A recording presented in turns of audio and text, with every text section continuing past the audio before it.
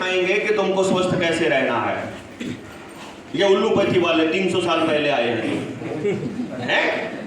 पहले जिनके पुरखे जगह पर जाकर आंख बंद करके बता दिया करते थे कि यहाँ खोद लो पानी है, जो नब्ज पकड़कर बता दिया करते थे कि तुम्हारे शरीर में ये रोग हैं, तुम इनसे ये खा लो, तुम ठीक हो जाओगे। जो आप मेटलर्जी का नॉलेज इस लेवल पर था कि आप जाकर के लौह स्तंभ बताते हैं कि भैया दिल्ली के अंदर एक मीनार खड़ी है लोहे की, उसको जाओ, जंग नहीं लगता इतने हजारों साल पहले की। तो हजारों साल पहले इसका मतलब हमारे पुरखों के पास मेटलर्जी की पूरी जानकारी थी कि शीशे से सोना कैसे बनाया जाता है, उनको मालूम था।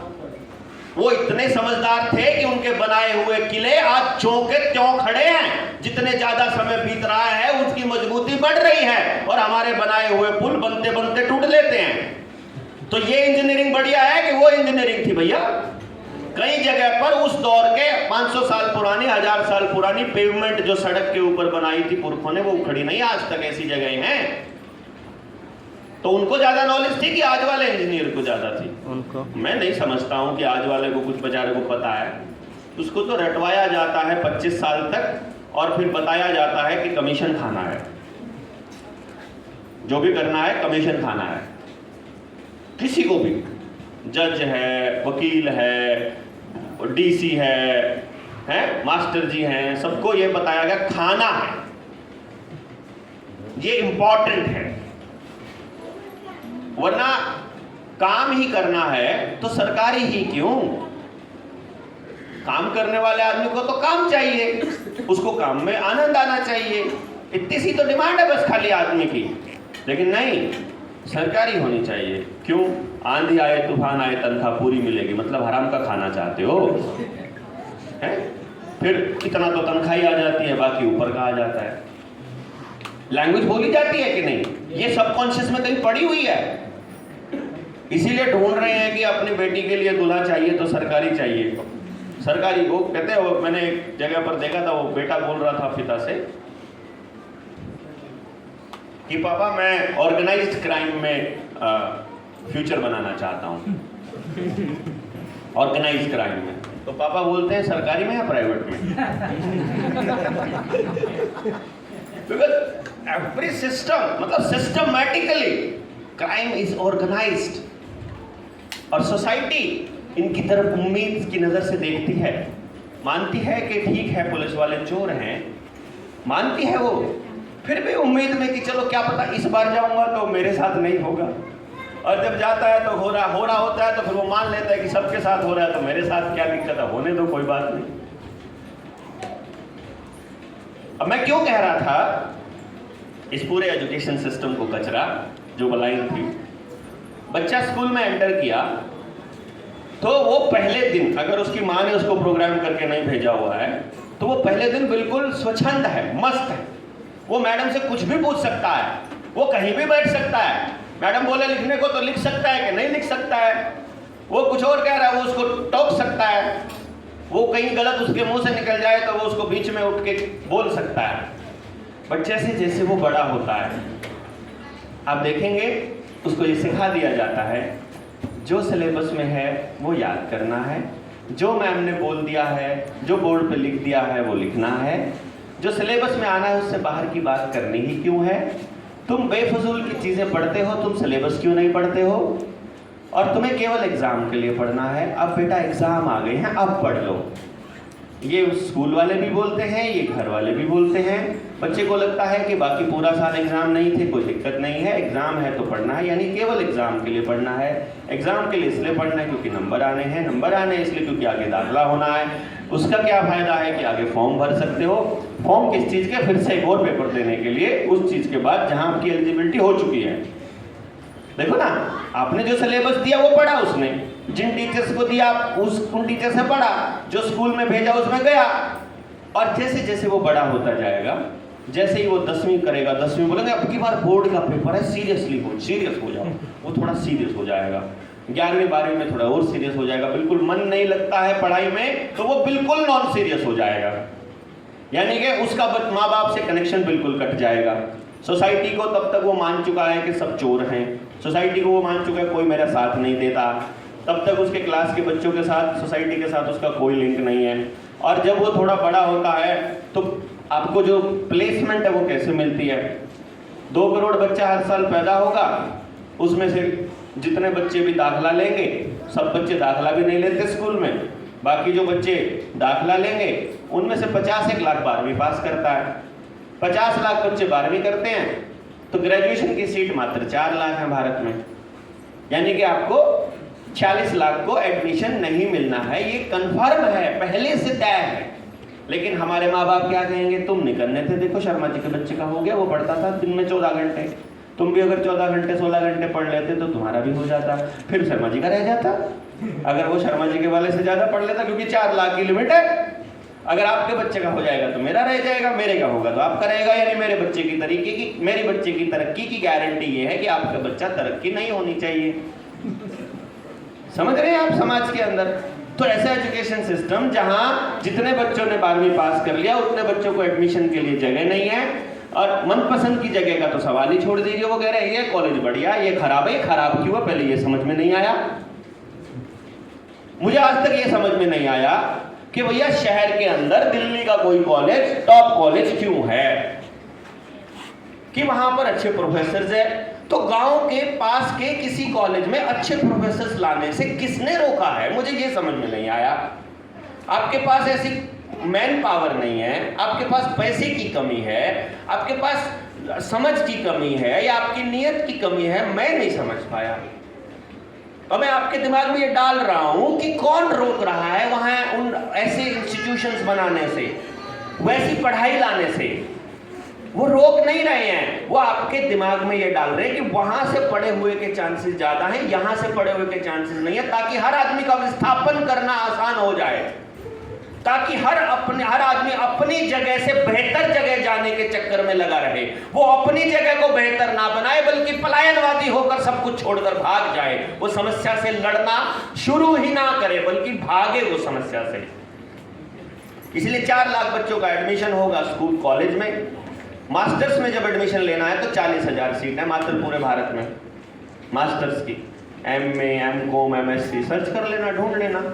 आंकड़ा थोड़ा बहुत बढ़ गया होगा, मैंने जब रिसर्च की थी उस दौर से, उतना कर लेना। लेकिन कैलकुलेशन का आंकड़ा यही है, 10% से 15% से ज़्यादा को चांसेस बिल्कुल नहीं मिलने हैं, गारंटी है भाई। अगर उस टाइम की पॉपुलेशन के हिसाब से बोल रहा हूँ तो आज की पॉपुलेशन के हिसाब से वो सीटें थोड़ी बहुत 1-2 नए कॉलेज बन गए होंगे हर डिस्ट्रिक्ट के अंदर, तो उस हिसाब से आप कैलकुलेशन कर सकते हैं। तो मैं ये बोल रहा हूं कि अगर 40,000 मास्टर्स की सीट है तो जितने बच्चों ने MA, MSc, MCom, MTech कर लिया उनको PhD में दाखिला मिलना चाहिए। लेकिन पूरे भारत में PhD की सीट मात्र 4,000 है।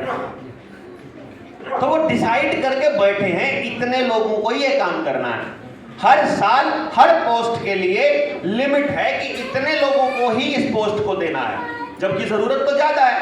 थाने में ज्यादा सिपाहियों की जरूरत है, आर्मी में ज्यादा सिपाहियों की जरूरत है, स्कूलों में टीचर्स की जरूरत है, क्लर्कों की जरूरत है, सिस्टम चलाने के लिए हर डिपार्टमेंट में, न्याय के लिए जजों की जरूरत है, हर जगह जरूरत है। लेकिन सब जगह शॉर्ट रखा जा रहा है। व्हाई? और कमाल की बात यह है कि मेरे गांव में मेरे गांव का कोई आदमी उनको काबिल नहीं मिलता नौकरी के लिए। मेरे गांव में पढ़ाने कोई और आएगा दूसरे गांव से, और उसके गांव में पढ़ाने मेरे गांव से जाएगा।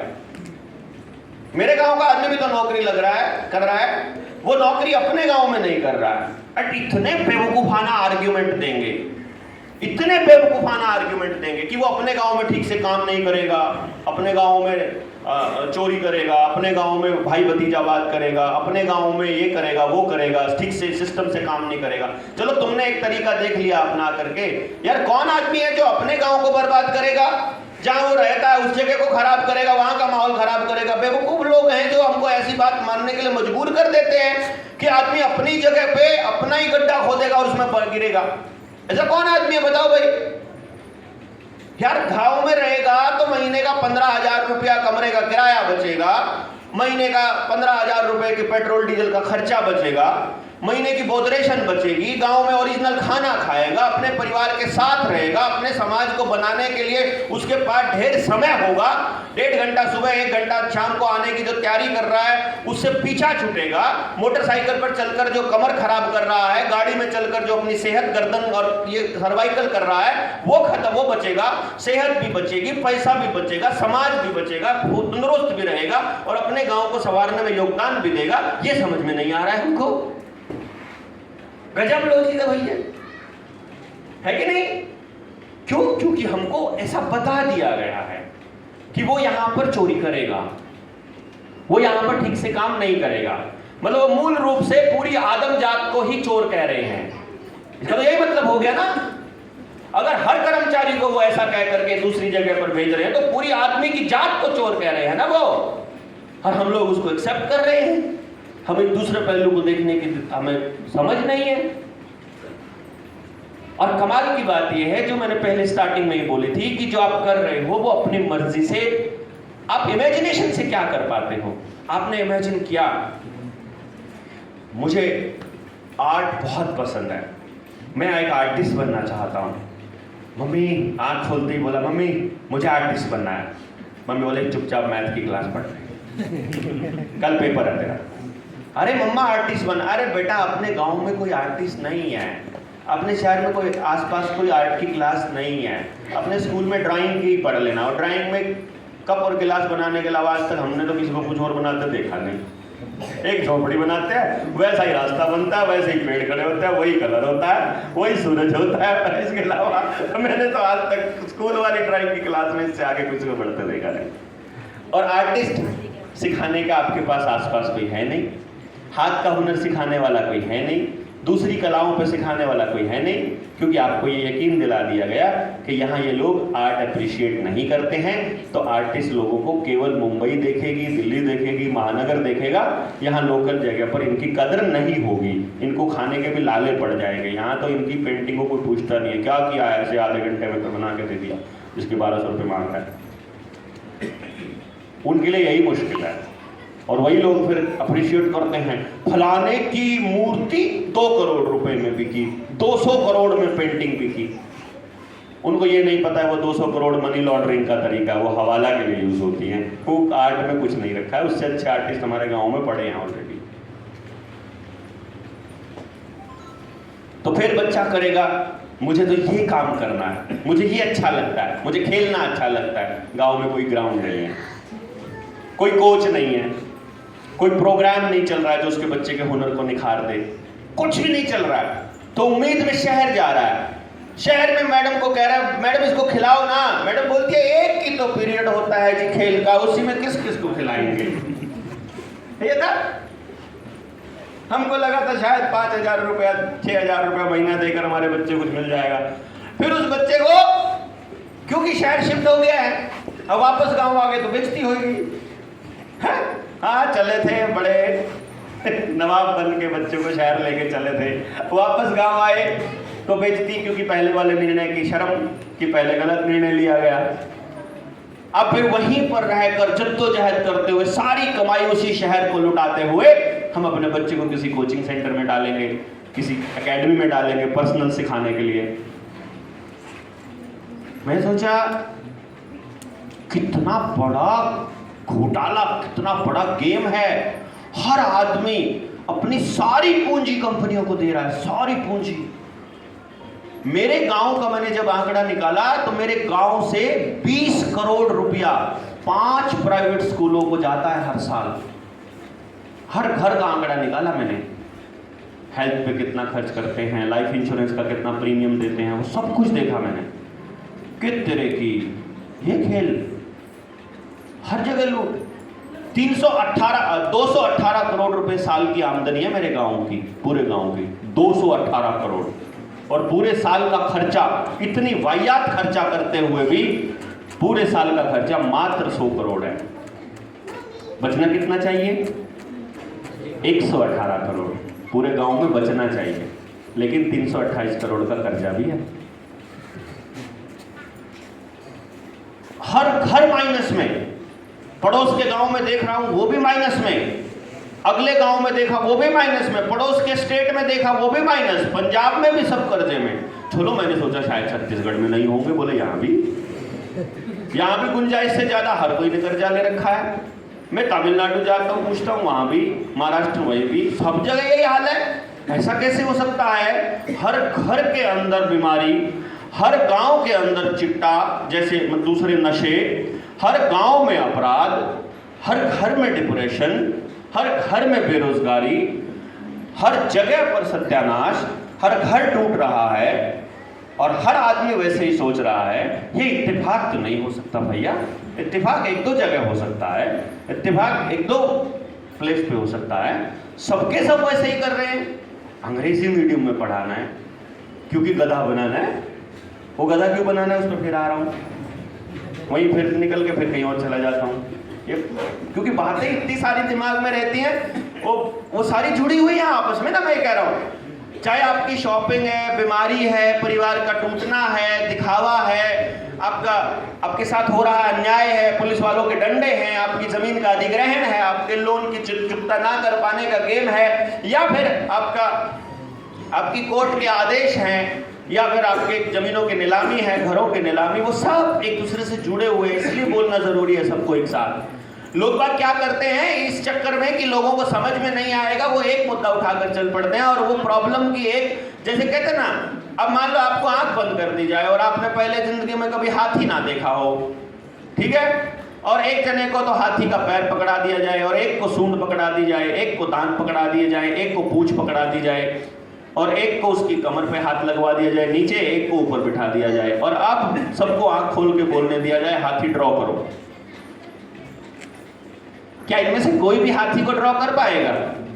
वो हाथी का एक अंग देखा था, पहले कभी हाथी देखा नहीं है, तो वो केवल उस टांग की शेप को अंदाजा लगाएगा, ऐसी थी, ये था उसके अंदर, नीचे इस तरह का गद्दा है, वो बना लेगा वैसा। पूंछ जिसने देखी है वो खाली पूंछ बना के बोलेगा ये हाथी है। तो आपकी प्रॉब्लम, कोई एक आदमी एक प्रॉब्लम उठा के बोल रहा है ये प्रॉब्लम है समाज की, मेरे जैसा आदमी बोलता है शिक्षा ठीक कर दो सब ठीक हो जाएगा। बीमार खड़ा बच्चा कैसे पढ़ लेगा भैया? बीमार मास्टर कैसे पढ़ लेगा? डिप्रेशन में आया आदमी कैसे पढ़ लेगा? कर्जे में डूबा मास्टर जी कैसे पढ़ा लेगा आपके बच्चे को? कर्जे में डूबा हुआ डॉक्टर क्यों चाहेगा कि आप ठीक हो जाओ? डॉक्टर तो चाहेगा ना भैया, सबकी किडनी खराब हो, सबके घुटने खराब हो, सबको हार्ट की बीमारी हो, हे परमात्मा, ऐसे रोज सुबह सुबह आरती करेगा अपने मंदिर में। आरती में क्या मांगेगा वो? ये थोड़ी मांगेगा सब ठीक हो जाए, मेरी दुकान खाली हो जाए, मेरे ग्राहक आना बंद हो जाए। बोलेगा ग्राहक आए। पुलिस वाले, अगर अपराध नहीं तो पुलिस वाले की जरूरत नहीं, तो पुलिस वाला रोज आरती करेगा तो बोलेगा हे भगवान आज इस गांव में नट बच जाए, इस गांव से काफी दिन हो गए कोई आया नहीं है, आज यहाँ कुछ आज चोरी हुए काफी दिन हो गए, कोई नशे वाला केस आए काफी दिन हो गए, कोई मोटी मुर्गी फंसे काफी दिन हो गए, चालान काटे काफी दिन हो गए, वो यही मांगेगा ना। कोई भी आदमी है जिसका धंधा आपकी बर्बादी से चलता है, वो कैसे आपकी आबादी के बारे में सोच सकता है? जहां जीवन की मूलभूत सुविधाओं में पैसा घुस जाएगा, वो आपको जिंदा रहने देगा क्या? बताइए आप। हैं? बाद में देना, अभी जरूरत है क्या इसकी? फिर अभी क्यों दिया? मेरा तो सारा फ्लो तोड़ देते हैं ये, मेरी कहानी में भूल जाता हूँ, रट्टा मार के आता।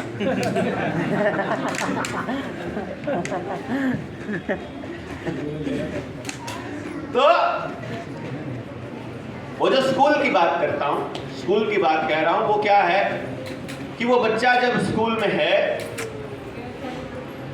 तो जैसे जैसे वो बड़ा हो रहा है, वहीं थे ना अभी अपन बड़े होने पे थे, अभी हमने पीएचडी नहीं करी है, पहले तो एडमिशन पे ही है कि एडमिशन्स नहीं मिलेंगे पहले तो नंबर पे, फिर एडमिशन मिल जाएंगे। तो आप बताओ, अगर आपके पास एडमिशन कम है, सीट कम है और एडमिशन लेने वाले ज्यादा हैं, तो अकड़ किसकी चलेगी?